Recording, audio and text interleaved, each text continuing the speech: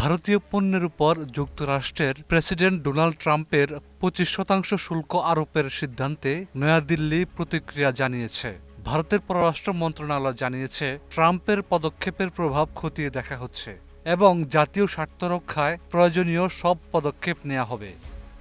এদিকে নিজস্ব সামাজিক যোগাযোগ মাধ্যম ট্রুথ সোশ্যালে ভারতের উপর নতুন শুল্ক আরোপের ঘোষণা দেন ট্রাম্প। পাশাপাশি রাশিয়ার কাছ থেকে সামরিক সরঞ্জাম ও জ্বালানি কেনায় ভারতের বিরুদ্ধে শাস্তিমূলক পদক্ষেপ নেয়ারও ইঙ্গিত দেন তিনি। ভারতের পররাষ্ট্র মন্ত্রণালয় জানায়, জাতীয় স্বার্থ ও বাজারের প্রয়োজন দেখে শক্তি সম্পদ আমদানি করা হয়। তবে ট্রাম্পের ধারাবাহিক সমালোচনায় নয়াদিল্লি আনুষ্ঠানিকভাবে কোনো পাল্টা মন্তব্য করেনি।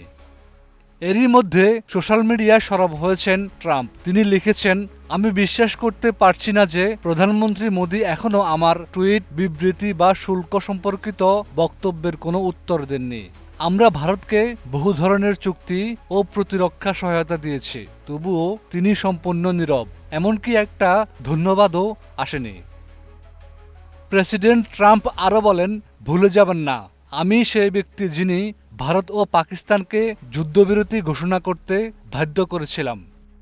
তখন অনেকেই বলেছিল এর জন্য আমার নোবেল পুরস্কার পাওয়া উচিত ছিল।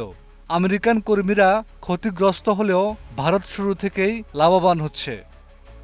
আমি সব সময় মোদিকে পছন্দ করি, কিন্তু তার কাছ থেকে এই ধরনের অসম্মান ভোলা যায় না।